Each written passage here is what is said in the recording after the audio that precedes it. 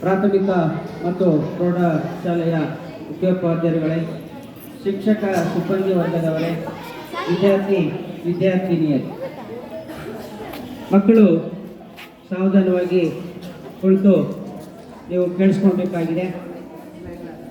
ಗಾಂಧಿ ಇವರ 155ನೆಯ ಜನ್ಮ ದಿನಾಚರಣೆಯನ್ನು ನಾವು ಇವತ್ತು ಆಚರಣೆಯನ್ನು ಮಾಡ್ತಾ ಇದ್ದೀವಿ. ಗಾಂಧಿ ಅಂದರೆ ಎಲ್ರಿಗೂ, ಪ್ರತಿ ಮಗುವಿಗೂ ಯಾರು ಅನ್ನೋದು ಸಹ ಗೊತ್ತಿದೆ. ಆದರೆ ಒಳಗಿನ ತಿರುಳು ಯಾರಿಗೂ ಗೊತ್ತಿಲ್ಲ. ಆಳವಾಗಿ ಅಧ್ಯಯನ ಮಾಡಿದಾಗ ಮಾತ್ರ ಗಾಂಧಿ ಅಂದರೆ ಏನು ಅಂತ ಸಹ ಇಲ್ಲಿ ನಮಗೆ ಗೊತ್ತಾಗುತ್ತೆ. ಗಾಂಧೀಜಿಯವರು 1869 ಅಕ್ಟೋಬರ್ 7ನೇ ತಾರೀಕು ಕಾತೇವಾಡದ ಪೋರ್ಬಂದರ್ನಲ್ಲಿ ಜನಿಸಿದ್ದಾರೆ. ತಂದೆ ಕರಮ್ಚಂದ್ ಗಾಂಧಿ, ತಾಯಿ ಪುತಳಿ ಬಾಯಿ ದಂಪತಿ ಮಗನಾಗಿ ಇವರು ಜನಿಸಿದ್ದಾರೆ. ಯಾರು ಗಾಂಧಿ? ಇವರನ್ನು ಮಹಾತ್ಮ ಅಂತ ಕರಿತೀವಿ ನಾವು. ಮಹಾತ್ಮ ಅಂದರೆ ಉತ್ತಮ ಆತ್ಮವನ್ನು ಉಳ್ಳವರು ಅಂತ. ಏನಂತ ಕರಿತೀವಿ? ಉತ್ತಮ ಆತ್ಮವನ್ನು ಹೊಂದಿದವರು ಅಂತ ಸಹ ನಾವು ಕರಿತೀವಿ ನಾವು. ಆಮೇಲೆ ಬಾಪೂಜಿ ಅಂತಲೂ ಸಹ ಕರಿತೀವಿ. ಬಾಪೂಜಿ ಅಂತಂದರೆ ಗುಜರಾತಿ ಭಾಷೆಯಲ್ಲಿ ತಂದೆ ಅಂತ, ಬಾಪೂಜಿ ಅಂತ. ಆಮೇಲೆ ರಾಷ್ಟ್ರಪಿತ ಅಂತ ಕರಿತೀವಿ, ಅಂದರೆ ಇಡೀ ರಾಷ್ಟ್ರಕ್ಕೆ ತಂದೆ ಅಂತ. ಆಮೇಲೆ ಸ್ವಾತಂತ್ರ್ಯ ಶಿಲ್ಪಿನಿ ಅಂತ ಕರಿತೀವಿ, ಅಂದರೆ ಭಾರತ ದೇಶಕ್ಕೆ ಸ್ವಾತಂತ್ರ್ಯವನ್ನು ತಂದುಕೊಟ್ಟಂತಹ ಮಹಾನ್ ವ್ಯಕ್ತಿಗಳು ಗಾಂಧೀಜಿಯವರು. ಆದ್ದರಿಂದ ಸ್ವಾತಂತ್ರ್ಯ ಶಿಲ್ಪಿ ಅಂತಲೂ ಸಹ ನಾವು ಕರಿತೀವಿ. ಇವರು ಅನೇಕ ದೇಶಗಳನ್ನು ಇಟ್ಕೊಂಡಿದ್ದಾರೆ ತಮ್ಮ ಜೀವನದಲ್ಲಿ. ಹೇಗೆ ನಾನು ಬದುಕಬೇಕು ಅನ್ನೋದಕ್ಕೆ, ಎಲ್ಲಿ ಅನ್ಯಾಯ ನಡೀತಾ ಇದೆಯೋ ಅಲ್ಲಿ ಅವರು ನ್ಯಾಯಕ್ಕಾಗಿ ಹೋರಾಟ ಮಾಡೋದು ಬಾಲ್ಯದಿಂದಲೇ ಅವರು ಮೈಗೂಡಿಸ್ಕೊಂಡಿದ್ರು ಅನ್ನೋದು ನಮಗೆ ಗೊತ್ತಿರುವಂತಹ ವಿಚಾರ. ಆದರೆ ಅವರು ತಮ್ಮ ಗೆಲುವಿಗಾಗಿ, ತಮ್ಮ ಗುರಿ ಸಾಧನೆಗಾಗಿ ಅವರು ಸತ್ಯವನ್ನು, ಶಾಂತಿಯನ್ನು ಮತ್ತು ಅಹಿಂಸಾತ್ಮಕ ಒಂದು ವಿಚಾರಗಳನ್ನು ಮುಂದಿಟ್ಟುಕೊಂಡು ಉಪವಾಸ ಮಾಡುವುದರ ಮುಖಾಂತರ ಅವರು ಸಾಧನೆ ಮಾಡಿದ್ದಾರೆ. ನಮ್ಮ ದೇಶಕ್ಕೆ ಸ್ವಾತಂತ್ರ್ಯವನ್ನು ತಂದುಕೊಟ್ಟಿರುವಂತಹ ಮಹಾನ್ ವ್ಯಕ್ತಿಗಳು ಮಹಾತ್ಮ ಗಾಂಧೀಜಿಯವರು. ಅವರು ನೋಡಿ, ಅಪಾರವಾದಂತಹ ಒಂದು ಜ್ಞಾನವನ್ನು ಹೊಂದಿದ್ರು. ವಕೀಲ ವೃತ್ತಿಗೆ ಬೇಕಾಗಿರುವಂತಹ ಒಂದು ಜ್ಞಾನಾರ್ಜನೆಯನ್ನು ಪಡೆದುಕೊಂಡಿದ್ರು. ದಕ್ಷಿಣ ಆಫ್ರಿಕಾದಲ್ಲಿ ಹೋಗಿ ಅವ್ರ ವೃತ್ತಿಯನ್ನು ಮಾಡಬಹುದಾಗಿತ್ತು. ಅಲ್ಲಿ ಕರಿಯರ ಪರ ಹೋರಾಟವನ್ನು ಮಾಡ್ತಾರೆ. ವರ್ಣಭೇದ ನೀತಿ ಅಪಾರವಾಗಿದ್ದಲ್ಲಿ ಅಲ್ಲಿದ್ದಂತಹ ಅಲ್ಪಸಂಖ್ಯಾತ ಬಿಳಿಯರು ಬಹುಸಂಖ್ಯಾತ ಕರಿಯರನ್ನು ಒಂದು ಶೋಷಣೆಗೆ ಒಳಪಡಿಸ್ತಾ ಇರೋದನ್ನು ಅವರು ಗಮನಿಸ್ತಾರೆ. ಭಾರತೀಯರನ್ನು ಅವರು ಕರಿಯರು ಅಂತಲೇ ಭಾವಿಸಿದ್ರು. ಗಾಂಧೀಜಿಯವರು ಸಹ ಕರಿಯ ಅಂತ ಹೇಳಿಬಿಟ್ಟು ಒಂದು ರೈಲಿನ ಬೋಗಿಯಿಂದ ಅವರನ್ನು ಹೊರ ಹಾಕ್ತಾರೆ.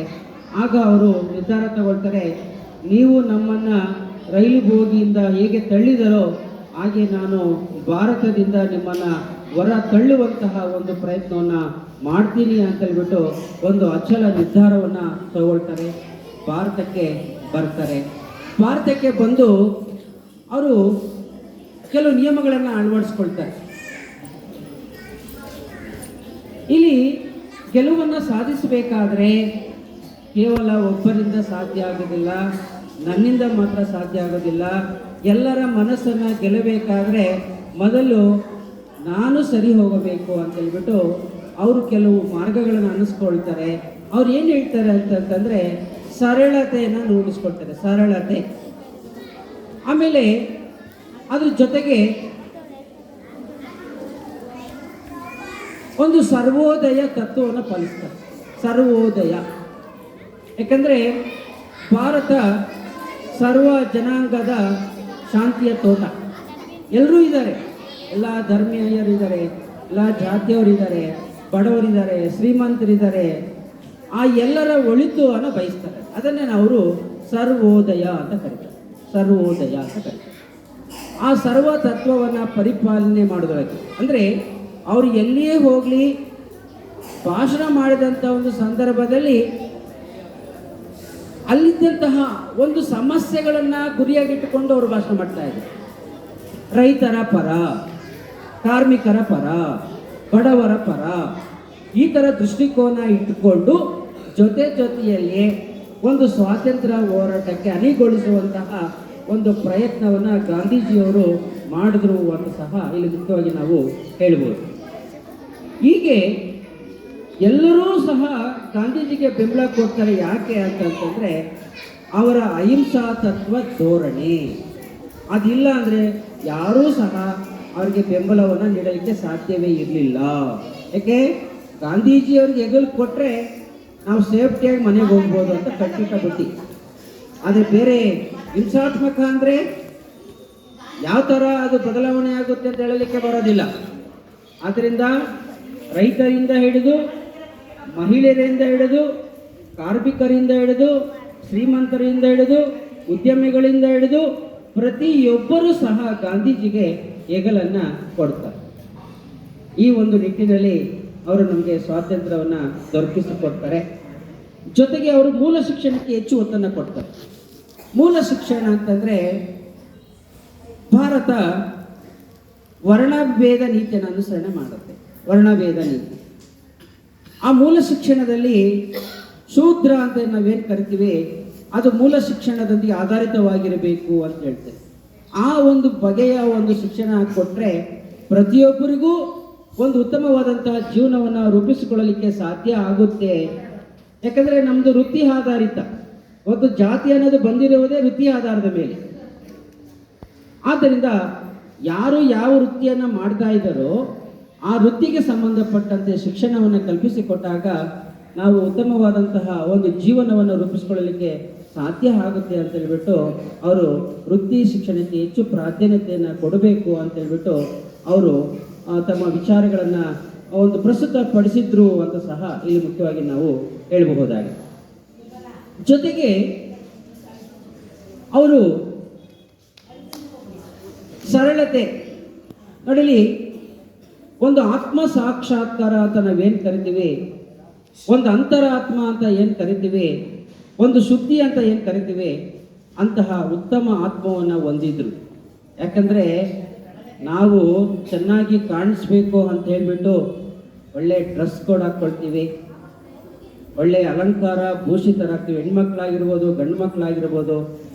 ಆದರೆ ಅವರಿಗೆ ಅದು ಹೇಳಿದ್ರು ಬಾಹ್ಯ ಅಲ್ಲ, ನಮಗೆ ಬೇಕಾಗಿರೋದು ಅಂತರಾತ್ಮ, ಒಳಗಿನ ಆತ್ಮ ಶುದ್ಧಿಯಿಂದ ಕೂಡಿರಬೇಕು ಅಂತ ತೋರಿಸ್ಕೊಡ್ತಾರೆ. ಯಾವ ಥರ ಅಂತಂದರೆ ಬರೀ ಪಂಚೆ ಉಟ್ಟು, ಕಚ್ಚಾ ಪಂಚೆ ಉಟ್ಟು ಇಡೀ ಪ್ರಪಂಚವನ್ನೇ ಸುತ್ತುತ್ತಾರೆ ಬರೀ ಶಾಲು ಹೊತ್ತುಕೊಂಡು. ಅವರ ಬಾಹ್ಯ ಸೌಂದರ್ಯ ಚೆನ್ನಾಗಿಲ್ಲ, ಆದರೆ ಆತ್ಮ ಸೌಂದರ್ಯಕ್ಕೆ ಇಡೀ ಜಗತ್ತೇ ಶರಣಾಗುತ್ತೆ, ತಲೆ ಬಗ್ಗಿಸುತ್ತೆ ಅಂತ ನಾವು ಹೇಳ್ಬೋದು. ಆದ್ದರಿಂದಲೇ ಇವತ್ತು ಅಂತಾರಾಷ್ಟ್ರೀಯ ಅಹಿಂಸಾ ದಿನಾಚರಣೆ ಅಂತ ನಾವು ಆಚರಣೆ ಮಾಡ್ತೀವಿ. ಭಾರತದಾದ್ಯಂತ ಎಲ್ಲ ಶಾಲಾ ಕಾಲೇಜುಗಳು, ಸಂಘ ಸಂಸ್ಥೆಗಳು, ಸರ್ಕಾರ ಇವತ್ತು ಈ ಒಂದು ಗಾಂಧಿಯ ದಿನಾಚರಣೆಯನ್ನು, ಲಾಲ್ ಬಹದ್ದೂರ್ ಶಾಸ್ತ್ರಿ ದಿನಾಚರಣೆ ಇವತ್ತು ಸಂಭ್ರಮ ಸಡಗರದಿಂದ ಆಚರಣೆ ಮಾಡ್ತಾರೆ. ಮತ್ತು ವಿಶ್ವಸಂಸ್ಥೆಯಲ್ಲಿ ಸಹ ಇವತ್ತು ಈ ಕಾರ್ಯಕ್ರಮ ಹಮ್ಮಿಕೊಳ್ತಾರೆ. ಜಗತ್ತಿನ ಎಲ್ಲ ರಾಷ್ಟ್ರಗಳು ಸಹ ಗಾಂಧಿಯ ಸಿದ್ಧಾಂತಗಳನ್ನು ಅವರು ಒಪ್ಪಿಕೊಂಡಿದ್ದಾರೆ ಅಂತ ಹೇಳ್ತಾ ಇವತ್ತು ಭಾರತಕ್ಕೆ ಗೌರವ ಇದೆ ಅಂತಂದರೆ ಅದಕ್ಕೆ ಗಾಂಧೀಜಿನೂ ಸಹ ಕಾರಣರು ಅಂತ ಸಹ ಇಲ್ಲಿ ಮುಖ್ಯವಾಗಿ ನಾವು ಹೇಳ್ಬೋದು. ಈ ಒಂದು ನಿಟ್ಟಿನಲ್ಲಿ ಗಾಂಧಿ ಬಗ್ಗೆ ಬ್ರಿಟಿಷರಿಗೂ ಸಹ ಅಪಾರವಾದಂತಹ ಒಂದು ಗೌರವ ಇತ್ತು.